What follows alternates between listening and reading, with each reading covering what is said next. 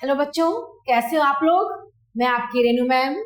Brain root series by Amit publishing house, Devvani Sanskrit पाठमाला, भाग 3, द्वादशः पाठ, 12 पाठ, तारतम्य बोधक प्रत्यय यानी कि तरप और तमप।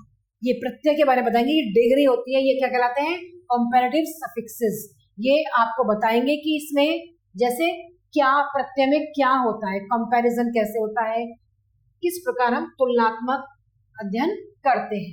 जैसे किसी की अपेक्षा या तुलना में अधिक है, इस अर्थ को समझने के लिए हम कौन से प्रत्यय का प्रयोग करते हैं, तरम प्रत्यय का। तरम प्रत्यय में तर लग जाता है, तर प्रत्यय का प्रयोग किया जाता है। आगे बताते हैं आपको कैसे तर का प्रयोग किया जाता है। जब हम किसी की तुलना करते हैं, किसी का किसी से कंपैरिजन करते हैं, उससे ज्यादा अच्छा, तो कौन से प्रत्यय का करते हैं, तरम प्रत्यय जो कि तर होता है उसका प्रयोग करते हैं। सभी में सबसे अधिक है, इस अर्थ जो सब में सबसे ज्यादा है, उससे भी बढ़िया, उसके लिए हम क्या करते हैं, तम प्रत्यय का प्रयोग करते हैं।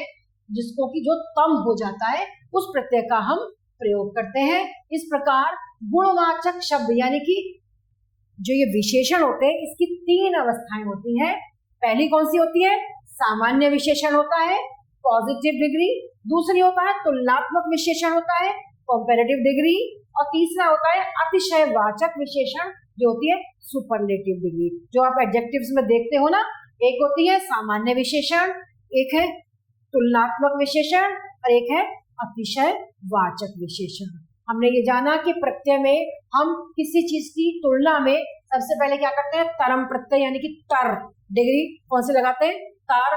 और जब हम सब में सबसे ज्यादा अधिक, उसका अर्थ समझने के लिए हम तम प्रत्यय का यानी कि तम प्रत्यय का प्रयोग करते हैं। और इसकी ये 3 विषय अवस्थाएं होती हैं, एक तो सामान्य विशेषण और एक तुलनात्मक विशेषण और तीसरा अतिशयवाचक विशेषण। तो हम समझते हैं बच्चों कि किस प्रकार इसमें बताया गया है कुछ विशेषणों की 3 अवस्थाएं। बहुत सारी अवस्थाएं होती है, बहुत सारे विशेषण होते हैं, लेकिन यहाँ कुछ ही विशेषण है जिनके बारे में आपको उनकी 3 अवस्थाओं के बारे में आप जब समझेंगे तो आप समझ जाएंगे कि कैसे होती है उनकी अवस्थाएं।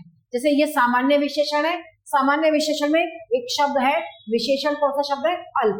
अल्प माने थोड़ा। अब उसका तुलना, हम किसी की तुलना करेंगे कि ये इससे ज्यादा है, इससे कम है, तो ये अल्प तरह हो जाएगा। क्या हो जाएगा, अल्प तरह।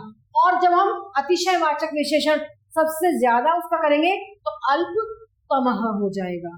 ऐसे सारे शब्द हैं जिसमें कि हम तुलनात्मक में तर प्रत्यय और इसमें सुपरलेटिव डिग्री यानी कि अतिशयवाचक में तम प्रत्यय का प्रयोग करते हैं। जैसे उच्चई, उच्चैस्तरः और उच्चैस्तमः। कुशल यानी कि पटु, होशियार, कुशलतरः और कुशलतमः।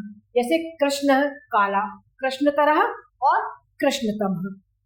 गुरु, गुरु यानी कि बड़ा भी होता है गुरु और गुरु भारी भी होता है, तो गुरुतरः और गुरुतमः।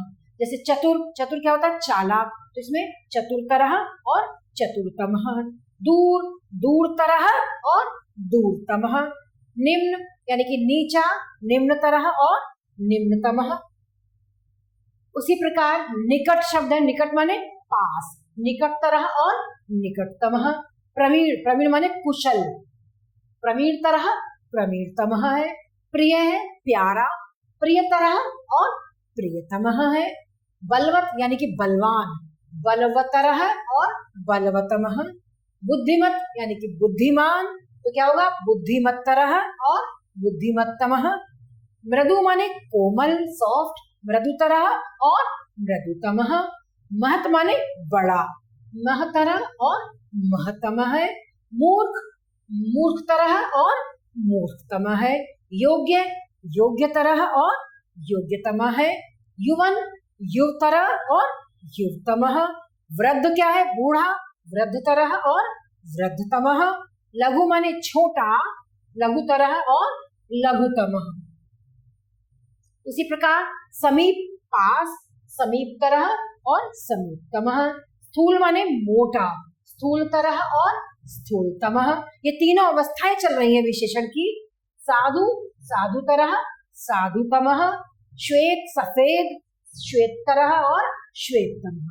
तो इस प्रकार हमने विशेषण की तीनों अवस्थाएं जानी, तर प्रत्यय और तम प्रत्यय लगाकर कंपैरिजन में और ज्यादा अधिक अच्छा बताने में कौन कौन सी अवस्थाओं का प्रयोग होता है। अब इसमें हम कुछ अभ्यास कार्य करते हैं बच्चों। सबसे पहला अभ्यास कार्य क्या है, नीचे कुछ शब्द दिए गए हैं, उसमें तरप तमम प्रत्यय लगाने हम, जैसे श्रेष्ठ है यहाँ, तो आप भी आसानी से लगा सकते हो। अभी आपको इतने प्रत्यय बताए थे, तो जैसे श्रेष्ठ है तो क्या हो जाएगा, श्रेष्ठ तरह, श्रेष्ठ तरह और श्रेष्ठ तमः, है ना। ये प्रवीण है, प्रवीण तरह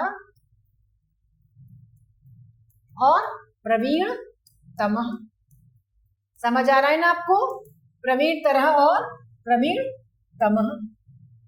अब आगे देखते हैं, शब्द हमारा है पटु, पटु, पटुतरः, पटुतमः, पटुतरः और पटुतमः। कृश है, कृशतरः और कृशतमः। साधु, साधुतरः और साधुतमः। नीचै, नीचस्तरै, नीचस्तमै।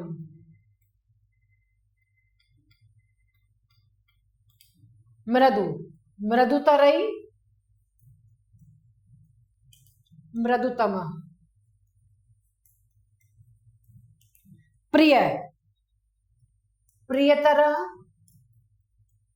और प्रियतमः। कुशल, कुशलतरः, कुशलतमः। पीत, पीततरः,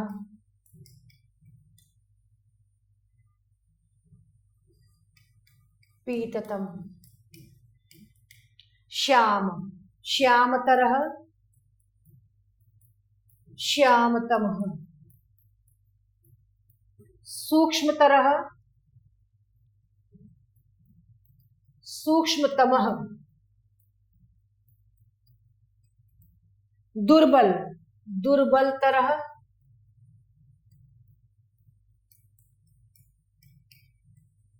दुर्बलतमः। स्वस्थ, स्वस्थतरः, स्वस्थतम। तो इस प्रकार विशेषण की तीनों अवस्थाएं हमने इस प्रकार जानी कि तीनों अवस्थाओं में कैसे हम वो शब्द लिख सकते हैं। एक्सरसाइज नंबर 2 है बच्चों हमारी, जैसा निर्देश दिया हुआ है वैसा ही प्रत्यय जोड़कर वाक्य निर्माण करना है। जैसे विवेक है छात्रेषु, अब ये प्रवीण है, इसमें तम प्रत्यय यानी कि तम लगाना है, तो वाक्य भी बनाने हैं हमने। जैसे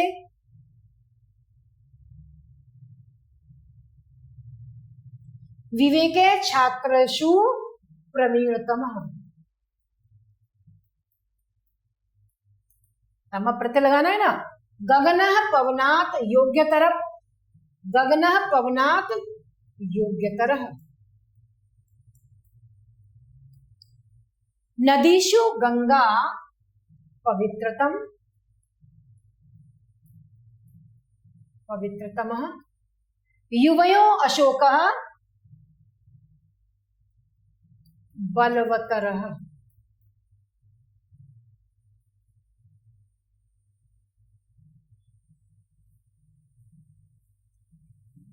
बलवतरः। रामः नरेषु श्रेष्ठतमः,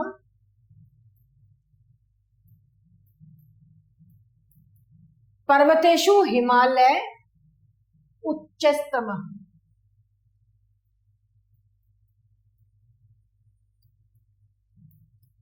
उच्चतमः, क्योंकि जो प्रत्यय हमें कहा है हमें उस शब्द में वो ही प्रत्यय लगाना है और इस प्रकार हम ये वाक्य बना लेंगे। तो इस प्रकार हमने ये वाक्य बनाए बच्चों।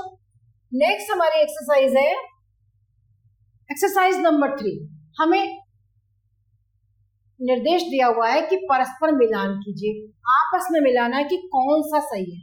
जैसे हम मिलाएंगे श्रेष्ठ, श्रेष्ठतरः और श्रेष्ठतम, ऐसा ही मिलाएंगे ना हम।